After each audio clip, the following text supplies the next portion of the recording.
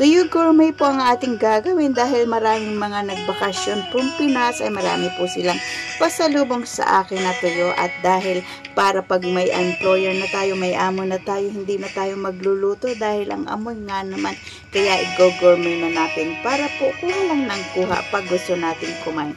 Kaya samahan niyo po si Madam Char, let's go, atin po nang lutuin, at ito po ay my own version. Kaya tara, let's go! Gourmet tuyo naman ang ating gagawin mga ka-church, kaya samahan niyo po ako at alamin kung paanong gumawa ng ating gourmet tuyo. Tara, let's go!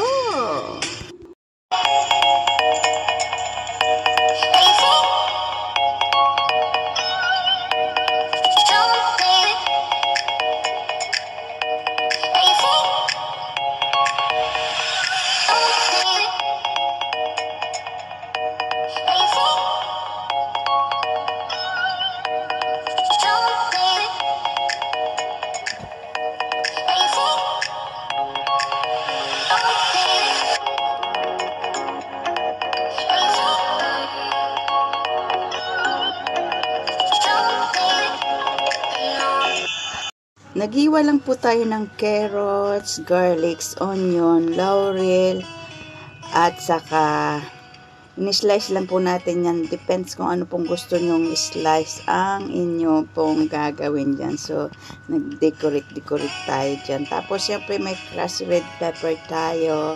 Meron din pong black pepper. At saka oil po ang ating gagamitin. Yan, kaya saka tuyo po, may dilis tayo at iba't ibang klaseng tuyo dahil nga po iba-iba ang nagbigay sa atin yan galing sa bakasyon. Kaya yan, naipon po natin. Inilalagay lang po natin muna sa fridge. Tapos pag may time tayo at pwede nating lutuin, doon ko po niluluto. Katulad ko ngayon, mayroon po tayong panahon sa pagluluto. At syempre walang employer na amoy ng ating mga tuyo. If you don't know, the amoy po ng tuyo is very hanggang dun sa iba yung kapitbahay. So yan na po, pinaprito na po natin. Tapos yung galunggong ay ginisa lang po natin. At yan naman po, magagawa na po tayo nung pinaka base niya, yung oil po. So maglagay lang po tayo ng oil. Yan, naprito na po natin yung tuyo. Hindi na po natin napakita sa inyo dahil nga po nakalimutan ko na i-vlog yan. Tapos naisip ko na yan, vlog sa. So, nagsutay lang po tayo dyan. Magsusutay po tayo ng ating Bisaya pang ating saute dito. Yan, maglalagay tayo ng oil na madami. Iririhit po natin yan. Yung kakasya po dun sa garapon na atin pong gagamitin. Ang ginamit lang po natin ay yun pong vegetable oil. Kasi po super mahal na po ngayon ang olive oil. Grabe ang lakas. Triple ang tinaas ng presyo ng olive oil. Kaya doon tayo muna sa mura-mura. Although mahal pa rin po ang vegetable oil. Pero pwede na rin. So, yan po. Nilagay na po natin. Isang lang po yan. Isang cup ng oil ang ating gagamitin. Kasi kukunti lang naman po ang ating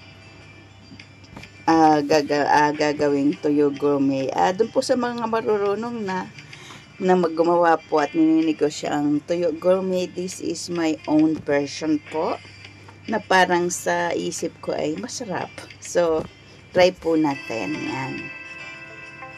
At lalagyan po natin siya ng sesame oil para po mabango. Yan. Ang sarap po ng sesame oil lalo na sa salad o sa pagkain na medyo crunchy lang po ang ating pagkakaluto. So yan, paiinitin lang po natin. Pwede po natin gamitin muna dyan ay medium fire habang ating pong pinapainit ang ating mantika. So, shout out po sa lahat po ng mga nanonood po ng Madam Char channel.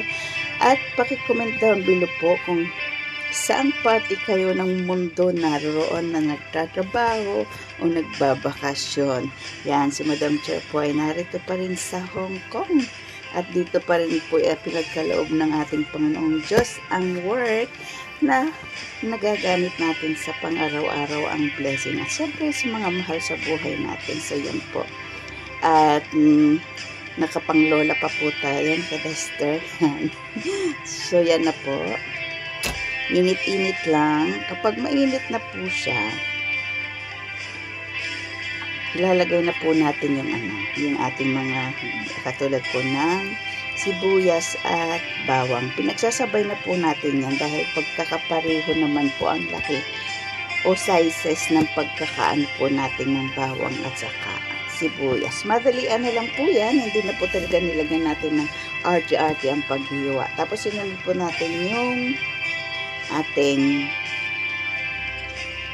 konting carrots. Yan. So, idadagdag po natin yan. Suka.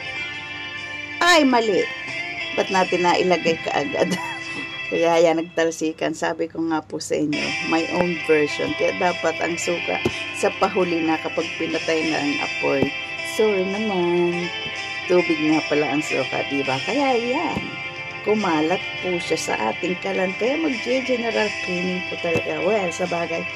Lalagyan po natin ng asin at ng paminta, black and white pepper.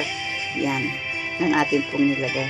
Sa bagay kapag nagluto po talaga tayo ng tuyo, magkumalat man yan o hindi, talagang lilinisin po natin talaga ang buong kusina dahil amoy na amoy po ang tuyo. Kaya general cleaning talaga yan. So, pag nagluluto po tayo ng tuyo, binubuksan po natin lahat ng bintana sa kusina, binubuksan po natin ang exhaust fan, at saka isinasarado po natin ang pinto papunta sa sala para hindi po mangaboy ang buong kabahayan. So, yan po.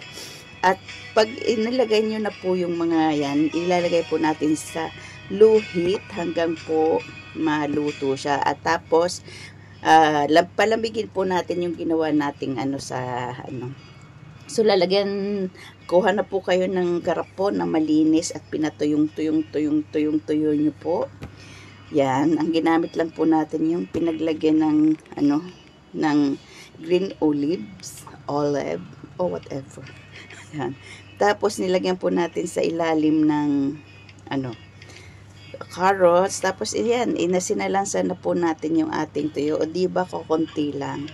Yan, Tapos, hindi na magkasya yung ating konting dilis. Kaya, isi-separate na lang po natin yung ating dilishi. Yan. So, yan nga po. Tapos, lalagyan natin ng laurel. Hindi po si Doyle laurel, kundi laurel lang. Patawa pa, no? Yan, okay. Natin, nilagyan natin ng kulay. Yan, para maganda. Tapos, pag malamig na po yan saka natin ilalagay.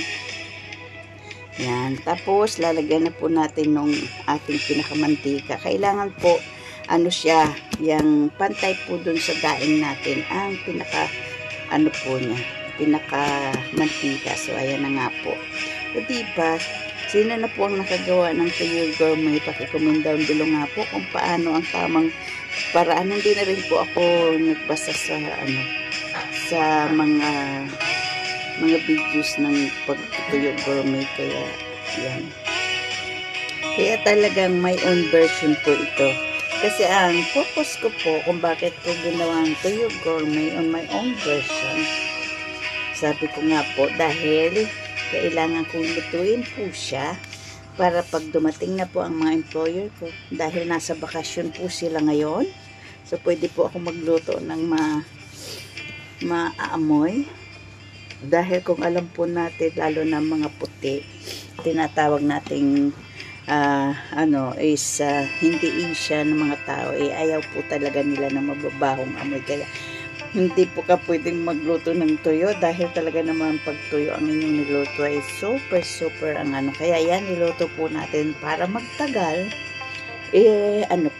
Ginawa na po natin Tuyo Gourmet para po kahit abutin ng ilang buwan o isang taon ay po pwede po. So, siyempre, ilalagay lang natin sa fridge para lalong magtagal ang ating pong tuyo. So, kaya, ano pang ating iniintay?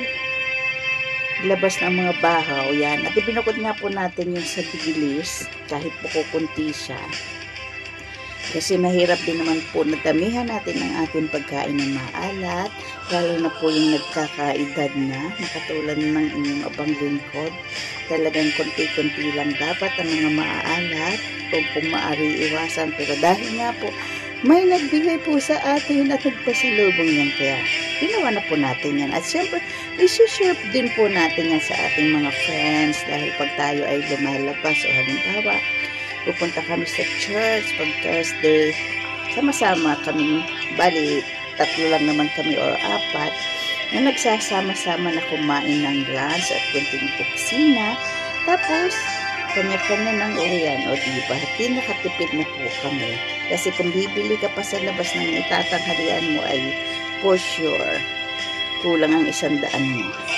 Kapag yung sa restaurant po talaga ang kakainin mo. So, yan po ang ating gourmet. Yay! Nakagawa na tayo. Kaya kung kayo ay nakagawa na at gagawa pa lang, try nyo po. Yan. On version lang po yan ni Madam Chair. Kaya yan. O siya, luto na ng kanin. O kung may bahaw, ilabas na para po makakain tayo. Masarap po yan sa may gulay. Kahit po nilagang talong, nilagang okra, nilagang dahon ng kamote. Ay, swak po yan. Kaya, yummy, yummy. O, diba? Tapos, mag-add tayo ng, ng suka. Dahil lumipad kanina yung nilagay nating suka. Di ko po alam kung tama po yan na ginawa ko. Nakalimutan ko po kasi kanina nung pinatay yung apoy at nung malamig na. So, dyan na lang po natin nilagay para po talagang manuot po sa loob ng atin pong tuyo ang ating mga ginawang nilagay na suka. So, yan na po ang ating tuyo gourmet. O, diba? Sarap-sarap. So, tatakipan lang po natin. Dapat may cover po kayo na malinis din at tuyong-tuyo para po ma-save po natin at hindi po siya magkalat ang amoy niya sa fridge, sa ref, or sa fridge. Ang ref po kasi, refrigerator, ay po siya, American English. Ang fridge po, yan ay refrigerator din. Inom muna ng kape after eating. Kaya kung nagustuhan nyo po, huwag nyo pong kalimutang mag-comment, mag-like or heart. At syempre kapag hindi pa friend ni Madam Chair, huwag kalimutang mag-subscribe. At syempre huwag din natin kalilimutang i-hit ang notification bell para po lagi kayong updated sa Madam Chair's channel. Goodbye!